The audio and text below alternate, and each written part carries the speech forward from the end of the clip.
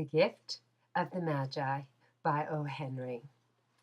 $1.87. That was all.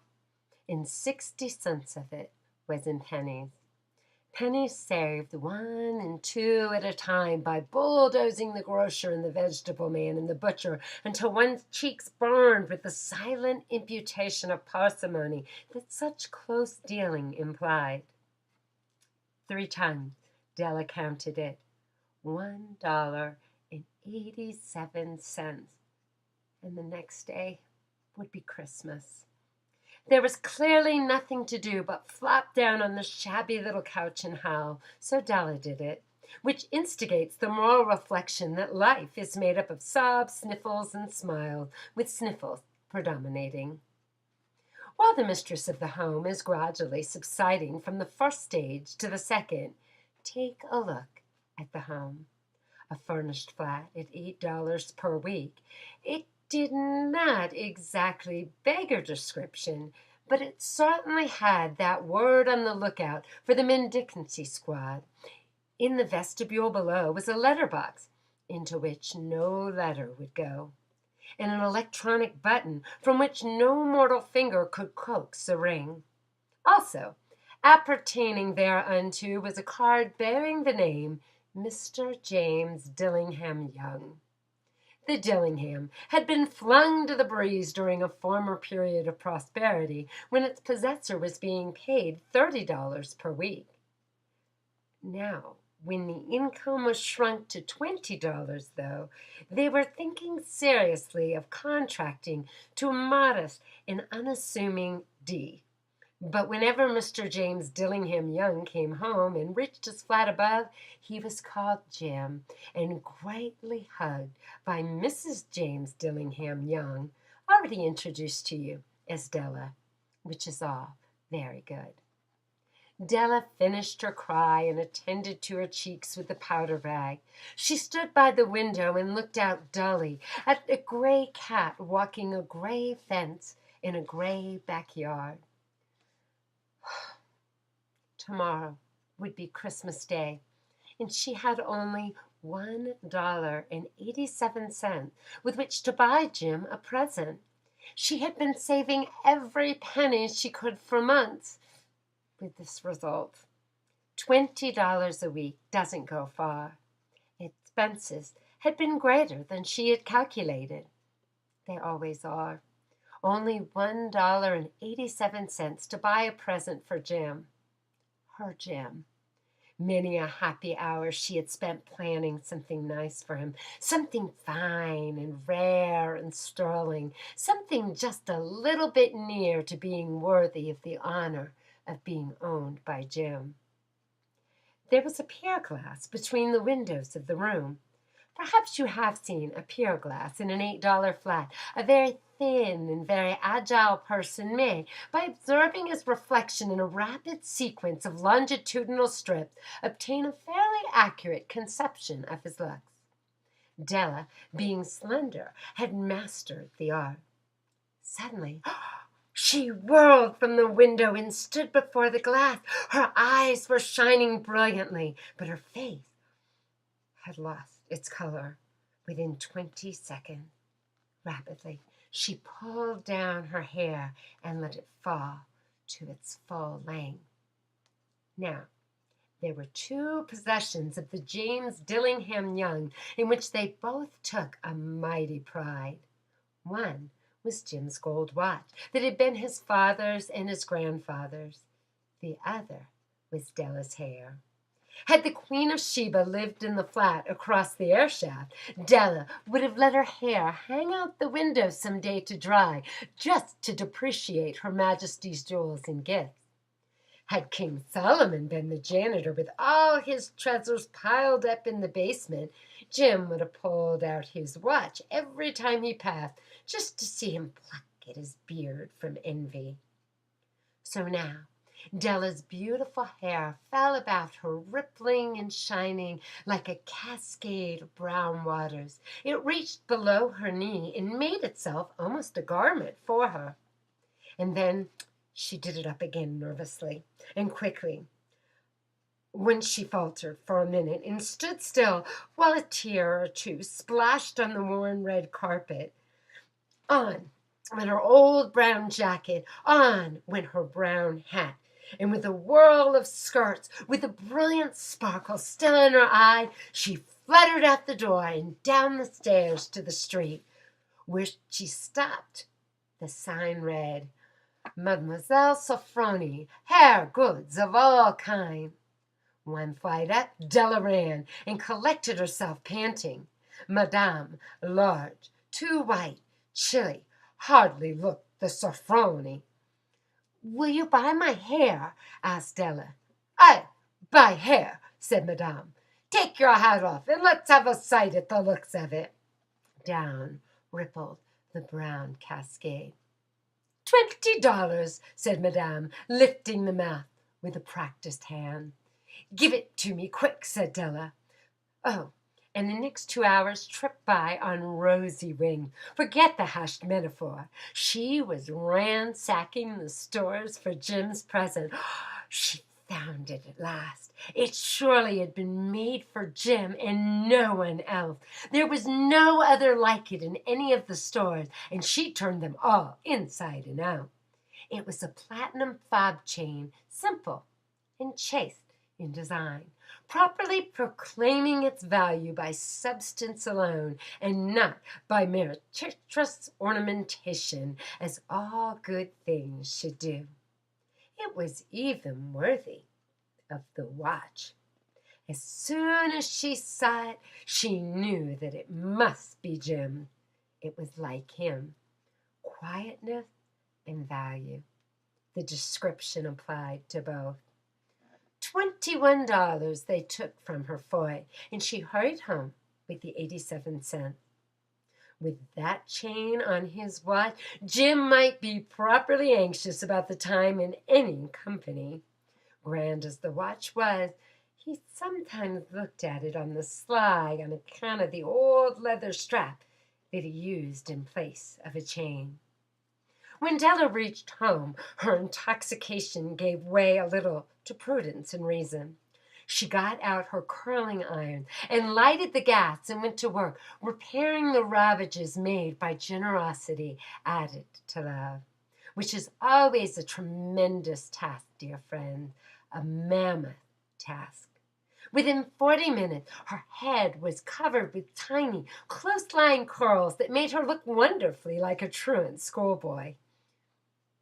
She looked at her reflection in the mirror long, carefully and critically. If Jim doesn't kill me, she said to herself, before he takes a second look at me, he'll say I look like a Coney Island chorus girl. But what could I do? Oh, what could I do with $1.87? At 7 o'clock, the coffee was made and the frying pan was on the back of the stove, hot and ready to cook the chop. Jim was never late. Della doubled the fob chain in her hand and sat on the corner of the table near the door that he always entered. Then she heard his step on the stair, away down on the first flight, and she turned white just for a moment. She had a habit of saying a little silent prayer about the simplest everyday thing, and now she whispered, "Oh, please, God, make him think I'm still pretty." The door opened, and Jim stepped in and closed it. He looked thin and very serious.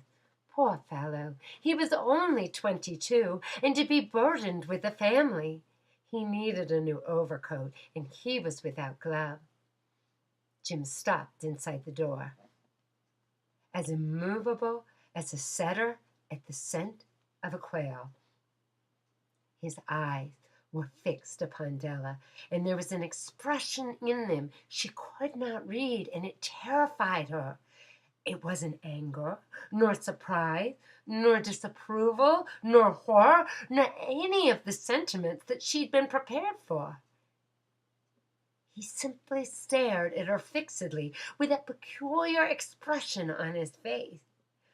Della wriggled off the table and went for him. "Oh, Jim, darling," she cried, "don't look at me that way. I had my hair cut off and sold because I couldn't have lived through Christmas without giving you a present. It'll grow out again. You won't mind, will you? I just had to do it. My hair grows awfully fast. Say Merry Christmas, Jim, and let's be happy. You don't know what a beautiful gift I've got for you." "You've cut off your hair?" asked Jim laboriously, as if he had not arrived at that patent fact yet, even after the hardest mental labor. "Cut it off and sold it," said Della. "Don't you like me just as well anyhow? I'm me without my hair, ain't I?" Jim looked about the room curiously. "You say your hair's gone?" he said, with an air almost of idiocy. "You needn't look for it," said Della. "It's sold, I told you. Sold and gone, too. It's Christmas Eve, boy. Be good to me, for it went for you. Maybe the hairs of my head were numbered," she went on, with sudden serious sweetness. "But nobody could ever count my love for you. Shall I put the chops on, Jim?" Out of his trance, Jim seemed quickly to wake. He unfolded his Della, and for a second, 10 seconds, let us regard with discreet scrutiny some inconsequential object in the other direction. $8 a week or $1 million a year, what's the difference? A mathematician or a wit would give you the wrong answer. The Magi brought valuable gifts, but that was not among them. This dark assertion will be illuminated later on. Jim drew a package from his overcoat pocket and threw it upon the table. "Don't make any mistake, Dell," he said, "about me. I don't think there's anything in the way of a haircut or a shave or a shampoo that could make me like my girl any less. But if you'll unwrap that package, you may see why you had me going a while at first." White fingers and nimble tore at the string in the paper, and then an ecstatic scream of joy. And then, alas, a quick feminine change to hysterical cheers and wails, necessitating the immediate employment of all the comforting powers of the lord of the flat. For there lay the combs, the set of combs, side and back, that Della had worshipped long in a Broadway window. Beautiful comb, pure tortoiseshell with jeweled rim, just the shade to wear, and the beautiful vanished hair. They were expensive combs, she knew, and her heart had simply craved and yearned over them without the least hope of possession. And now they were hers, but the tresses that should have adorned the coveted adornments were gone. But she hugged them to her bosom, and at length she was able to look up with dim eyes and a smile and say, "My hair grows so fast, Jim." And then Della leapt up like a little singed cat and cried, "Oh, oh!" Jim had not yet seen his beautiful present. She held it out to him eagerly in her open palm. The dull, precious metal seemed to flash with the reflection of her bright and ardent spirit. "Isn't it dandy, Jim? I hunted all over town to find it. You have to look at the time 100 times a day now. Give me your watch. I want to see how it looks on it." Instead of obeying, Jim tumbled down on the couch and put his hands under the back of his head and smiled. "Dell," he said, "let's put our Christmas presents away and keep 'em a while. They're too nice to use just at present. I sold the watch to get the money to buy your comb, and now you suppose you put the chops on." The Magi, as you know, were wise men, wonderfully wise men who brought gifts to the babe in the manger. They invented the art of giving Christmas presents. Being wise, their gifts were no doubt wise ones, possibly bearing the privilege of exchange in case of duplication. And here, I have lamely related to you the most uneventful chronicle of two foolish children in a flat who most unwisely sacrificed for each other the greatest treasures of their house. But in a last word to the wise of these days, let it be said that of all who gave gifts, these two were the wisest. Oh, all who give and receive gifts such as they are wisest. Everywhere they are wisest. They are the Magi.